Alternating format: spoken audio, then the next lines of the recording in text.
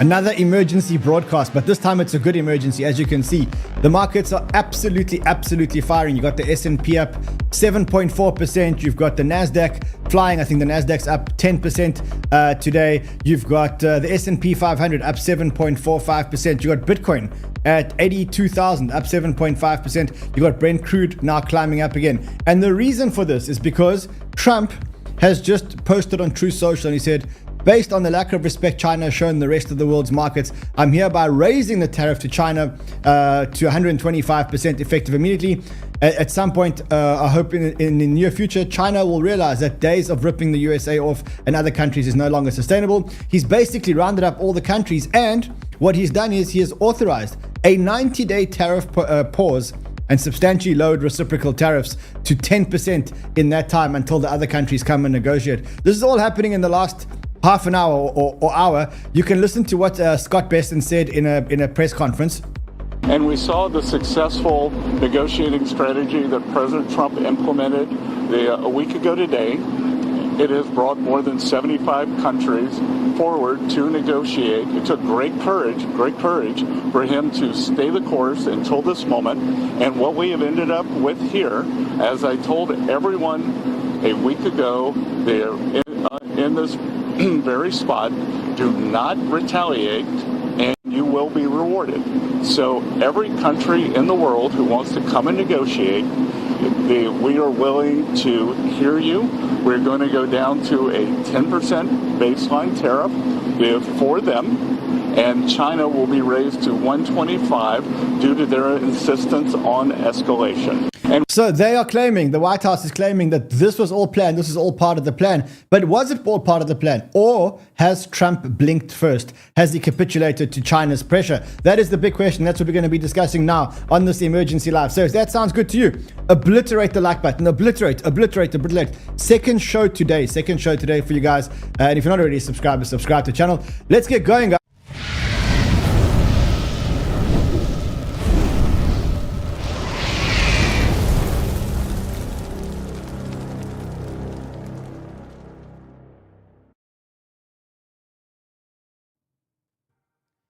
I mean, you couldn't have scripted this thing better.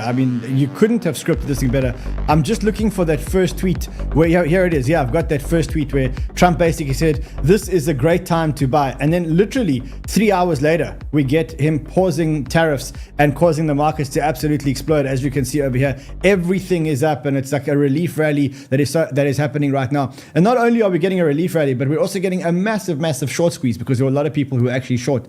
And now the markets are running, and that's causing a short squeeze. And so what you have here is you have the biggest points recovery that the NASDAQ has ever seen, and one of the largest intraday trade swings that the S&P has ever seen. This is a remarkable comeback. And we did say earlier in the show that we do think there's going to be a reversal. And when it happens, it's going to be a very big reversal. In fact, we also gave you guys an amazing buy list. And I couldn't have timed it better. I don't think we could have timed this buy list better. Let's just look at the buy list that we gave you guys 4 hours ago. Was it 4 hours ago, Hardest, or was it? It was 5 hours ago. Well, let's look. We said Coinbase. Coinbase is currently up 15.43%. MicroStrategy is currently up 21.4%. Then you've got Tesla. Tesla is currently up 17.57% from when we called it. And then we go into crypto. You got Bitcoin up. Where is our Bitcoin chart? Bitcoin is now up at 81,995. You've got Solana. How is our friend Solana doing? Solana is up 12%. So we're having a massive recovery on all these crypto stocks. And again, the reason why that's happening is because Trump has paused tariffs on any country that wants to negotiate, except for China. So China isn't part of the paused tariffs, and they are actually getting an extra tariff. And what Trump is basically saying is all the countries that came together and tried to negotiate and did what they wanted to do, those guys will get a pause for 90 days. And in that 90 days, what they'll have is they'll have the base tariff of 10%. China is not going to get that. China is going to get 125%. Here's another part of what Scott Bessent said. And all this was, again, this was driven by the president's strategy. He and I had a long talk on Sunday, and this was his strategy all along. And that, you might even say that he goaded China into a bad position. They responded. They have shown themselves to the world to be the bad actors. And we are willing to cooperate with our allies and with our trading partners who did not retaliate. It wasn't a hard message. Don't retaliate. Things will turn out well. And all this was, again... Scott Besson claims that this was part of Trump's strategy, but it's not that straightforward, because a lot of people are actually talking about the fact that maybe Trump is capitulating. Maybe this is all an act because things got out of control. When I say things got out of control, if you've been watching our coverage, you would have seen the coverage that we did around the treasuries and how China's retaliation was a financial war where they were potentially selling US treasuries, driving the yields up. And so this plan could have backfired in Trump's face. So Bill Ackman says this was brilliantly executed, the art of the deal. Jason Calacanis says Trump, he called this 48 hours ago. He said Trump will fold in the next 48 hours if this continues. Sorry, I mean Trump will declare victory in the next 48 hours and drop tariffs unconditionally. And that's exactly what happened. Fred Kruger says Trump blinked, no 4D chess here, just keep moving. So big question is, what is actually going on here? And I've actually got a guest to help us decipher everything that's going on. Bill, how are you, my friend? Hey, busy, but it's been a fun day, funner than the last three, I can tell you that. Yeah, fantastic. I mean, a great day. And I think the last couple of days have been a little bit scary. I mean, we've tried to keep our cool, and we've tried to say that the bounce is coming, and now we finally have the bounce. What do you think? Do you think that Trump capitulated? Trump blinked first in the game of chicken? Or do you think that this was actually part of the plan? Well, I think that they have a plan, unlike what most people would have them believe, that they're just, winging it. I don't think they're winging it. But when you storm Omaha Beach the way they did, the plan can go to the wind, but you've got to regroup and replan on the fly. And I think that's what they're doing. I think they realize that their grand plan is still intact, which is to create us versus them, meaning us, West, NATO, key allies, smaller allies, and them basically being China and maybe, Iran, North Korea, Russia, Brazil, maybe India tries to play both sides. But in that regard, they're winning, right? We're clearly asking the world to choose sides. Yes, it caused a spike in treasuries because everybody's scared. As a reform fixed income guy, I can tell you, credit people don't like fear. And I think that will play itself out. And I think long-term rates will come down, and they'll be able to reset the borrow at, the long-term borrowing at much better rates. We've got to reset $9 trillion in debt over the next few months. And it was very clear that their position was, now is the time when we don't control the Fed to get these treasury rates down in a way that we can control. Okay, so I mean, the plan is for Trump. I think everyone knows, or everyone agrees, that Trump's plan is to get treasury yields down, and that plan was working when everyone was scared. And so what they were doing is they were running into fixed income, right? They were exiting stock markets, they were exiting risk, and they were all running into fixed income. But then we have this spike over here where basically rates jumped up again, right? And that's in terms of rates, that's quite a significant spike. That's a 15% spike in rates. What's the cause there? Is that China doing financial warfare? Is that something else at play here? So at first I was digging in to see because first of all, China has been a net seller of U.S. debt for some time, right? They didn't start selling bonds last week or this week. They have been a net seller for a while. So what I was investigating is, have they increased the rate of selling? And they probably did a little bit. But I actually think what you're seeing here is a global unwind of a global basis trade driven by higher U.S. rates. And that was basically trillions of dollars of levered positions, which had to be quickly unwound given the fear in the credit markets.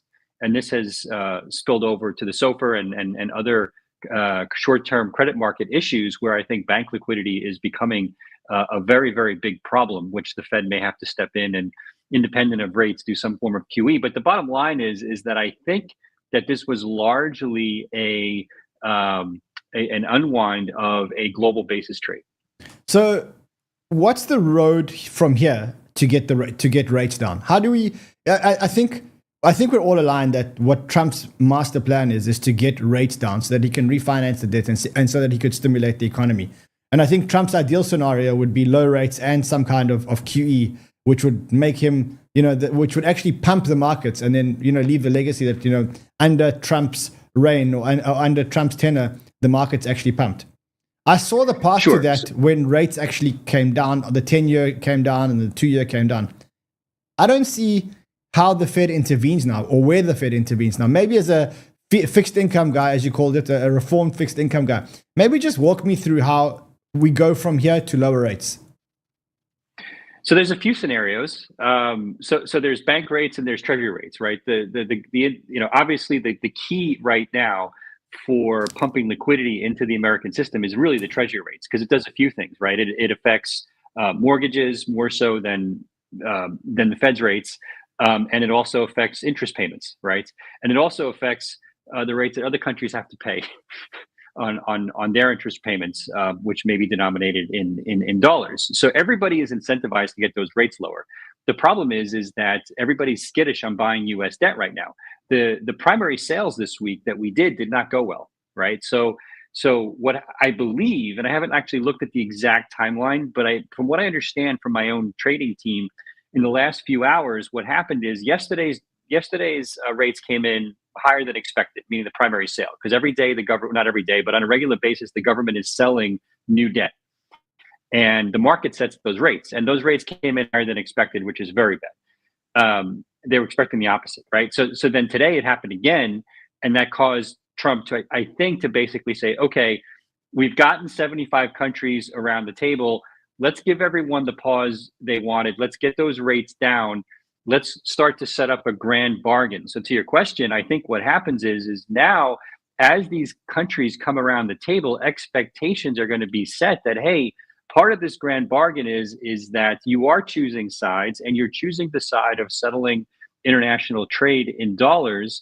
It may be a digital dollar, maybe stable coins, whatever. But the world is going to be forced to choose sides. And I do think that you're going to see countries step in, and as part of those agreements, not be forced, but be coaxed into buying U.S. debt again. And, so Japan, which has been obviously a net seller, and other countries, I think, are basically going to have to capitulate to some degree and put a certain amount of U.S. debt back on their country's balance sheets. Yeah, I mean, Japan and China have been the biggest holders of U.S. debt. I think, in fact, Japan is the biggest, and I think China falls just under it. Foreign holders, right? The Fed is the largest. The Fed is the largest. At what point do you think the Fed will actually step in to buy U.S. debt? Like, if the rates continue to spike, do you think the Fed comes in to try and save the credit market? So I think the biggest concern the Fed has in the short term is bank liquidity, right? So if you look at credit spreads, they plummeted this week, which is a pretty good sign of fear in the banking system. So how can the Fed, in theory, increase bank liquidity or help facilitate that? Well, they can buy treasuries from the banks and help the banks get those treasuries off their balance sheet. And if they do that, at favorable prices, that can solve a couple of problems for the banks. Because remember, the banks have an issue where they bought a lot of these treasuries at much higher prices when interest rates were zero, and those prices have since fallen because rates have spiked, right? And so it's possible that the Fed does a deal with the banks where the Fed takes a loss or a short-term loss and buys those treasuries at higher rates, which increases bank liquidity and addresses the long-term structural mark-to-market issue for a lot of mid-sized banks. So I wouldn't be surprised if we see something like that. Now, they won't call it quantitative easing because interest rates are still, at 4.5%. And what Powell has very publicly said is look, quantitative easing comes after we effectively have 0% interest rates. So it's going to walk like a duck, it's going to quack like a duck, but he's not going to call it a duck. It's just going to be a duck. So are you saying that you think that that the Fed will inject liquidity into the markets, or do you think that that's a long shot? I think they'll inject liquidity via these structural bank issues. I don't think they'll inject liquidity a la, vis-a-vis like a COVID scenario where they're just basically buying everything like a drunken sailor. I still think they're worried about structural inflation. which is wrong, but they are. And so, they've gotten it so wrong on this inflation issue for so long that I think the markets have just absorbed this idea that there's just a disconnect between the way Powell looks at inflation and the reality of inflation. And I think the markets have priced. Hold on, but why do you say that? I mean, inflation is at 3%, isn't it, or 2.8%? No, that's bullshit. Real time inflation right now in the United States is at like 1.3% and falling. Okay, the Fed is basically a trailing indicator on this because they go out so far into the curve. They use employment numbers. Now Bessent is going on TV and saying, "I've been telling you on your show and the morning, your X Spaces that the numerator and denominator for employment numbers is pure bullshit." Okay, and now we have a Treasury Secretary going on TV and saying the numerator and denominator for the employment numbers is pure bullshit. That plus the fact that the Fed has been behind the curve on this for 6 years. Right. And Truflation, which I think is way more accurate, telling us the real-time inflation number in this country is 1.4%. The problem is the narrative. The public doesn't understand the difference between real-time inflation and the prices they're paying. Right. They just say, well, everything is so fucked up and so crazy expensive. Well, that's the past. You can't change the past. Inflation is supposed to be a measure of it's like instantaneous. You can't measure instantaneous acceleration, of course, but an instantaneous velocity, right? And the instantaneous velocity is actually approaching zero now, right? And that's dangerous, right? And so they should have been cutting rates, in my opinion, right? And so I don't think they're going to do that. I think they're going to wait until June, given this reprieve, unless something else breaks. I think if nothing else had been done, they may have held an emergency meeting to cut, but I don't think they're going to do that now. So now let's just quickly look at the probabilities together. I mean, I've been trying to watch. Now there's a 20% cut in the May thing, and there is a 62% chance that in June they're going to cut. So I think the market's pricing in the first rate cut in June, pricing in a second rate cut in July. Barely pricing in a second. Yeah, but still three rate cuts this year. That's what the market's pricing in now. Versus the Fed's dot plot of 1. Yeah, rates are too high, and they need to come down. And Trump, I think he still wants to force their hand to get rates down. If he can figure out how to basically play this game with Treasury rates, maybe they'll follow suit. Again, maybe the Treasury will force this issue with. And commerce will force this issue with unemployment numbers. We haven't really seen the effect of Doge employment cuts. We're going to see a huge spike in government-related unemployment as Doge makes its way through the U.S. system. And we keep focusing on the U.S. here, but U.S. is really the driving force here. But I do think that you're going to see potentially a couple of million people go on the job hunt. It may take a while because they're all going to get 6 to 9 month deals from the government, right? And the courts are coming out in Trump's favor on this, saying you have the right to do this, right? So I think that people are underestimating, the fact that we are getting a slowdown, right? But at the same time, the ISM numbers look good. So this is all bullish for a few reasons. China's pumping massive liquidity into their economy right now. They're going to have no choice but to print, baby, print. And I think that U.S. liquidity is going to basically rise going into the summer. So I'm bullish on all of the liquidity issues, regardless of what the Fed calls it. I'm also fairly bullish that we've managed to skirt a recession at the same time. Okay, so let me ask the billion-dollar question, and that is, when do you think the markets will turn? Or have they started to turn already? Do you think we've seen the bottom? Do you think, or when does this chop end?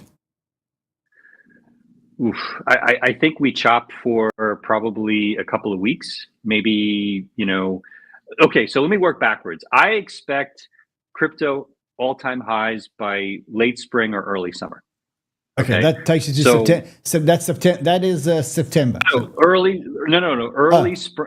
Late spring, early summer. Oh wow, that's June. So I expect new highs. I really do. I think basically the fact that nobody's expecting it, fear is at all-time highs. To me, it's like the tightest rubber band that I've seen since the fear at the beginning of COVID. Okay, and that rubber band is going to be let go at some point, and poof, there you go. And so I may be off by a couple of weeks here and there, but when I look at log charts, I don't really care, right? And so that's that. Now I have to work backwards from there to your question is when does the chop end?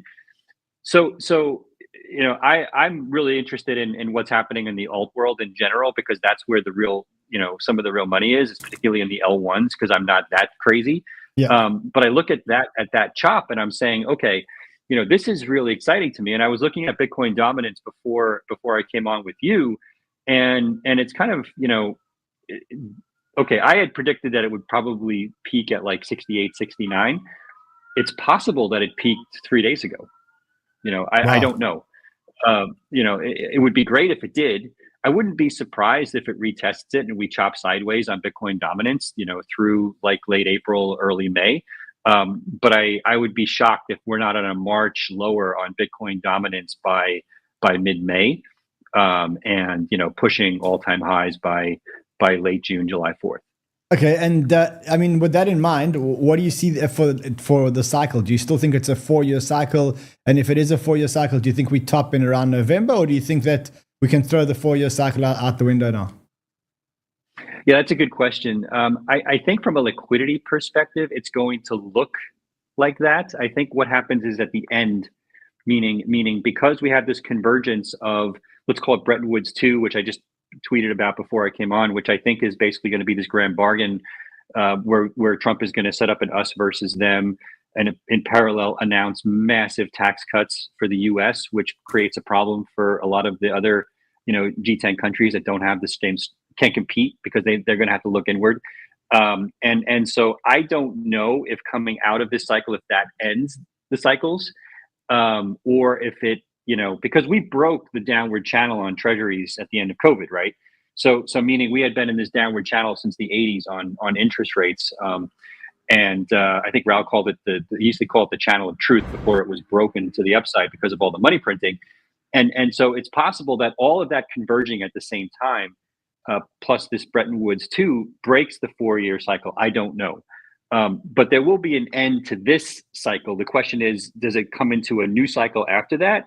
Or is some structurally new thing happening? I'm not thinking 4 years out. I'm basically thinking, okay, we're probably looking at the end of this cycle, maybe in winter or spring, early spring next year.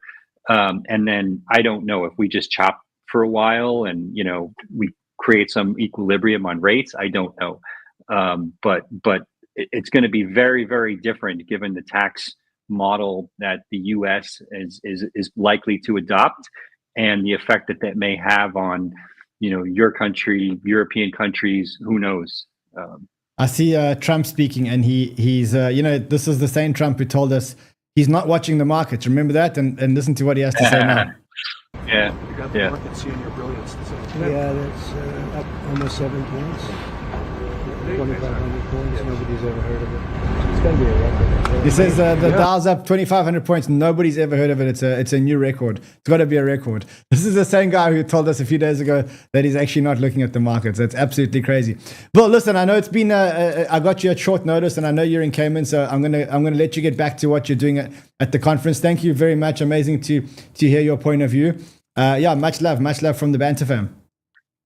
Great to see you, bud. And you, buddy. Wow, so guys, that's 𝗏𝗏𝗏, an old friend of mine and someone who's really, really, really in the know, as you can see. You can see the markets are still absolutely ripping. I mean, let's just take another look at it before we go. You've got the S&P 500 up 8.62%. You've got, let's actually look at the bubbles. You've got the bubbles and the stock bubbles. So you got Hyperliquid up 23.5%. That was one that I actually gave in the buy list earlier today. Then you got one of our stablecoin favorites, Curve, up back over 50 cents. Sonic, I want to see where Sonic is, because Sonic is another one that we actually said that we should be looking at. Sonic is, we should have probably a Sonic chart here. Here it is. So Sonic up at 47 cents.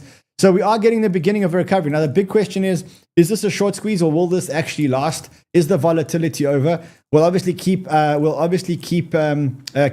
updated as we go along. And I just thought I'd come to you guys with this emergency stream just to see what's going on. I think just before we go, let's quickly look at the newsroom on the bubbles and just see if there's anything breaking in the newsroom. There's that post.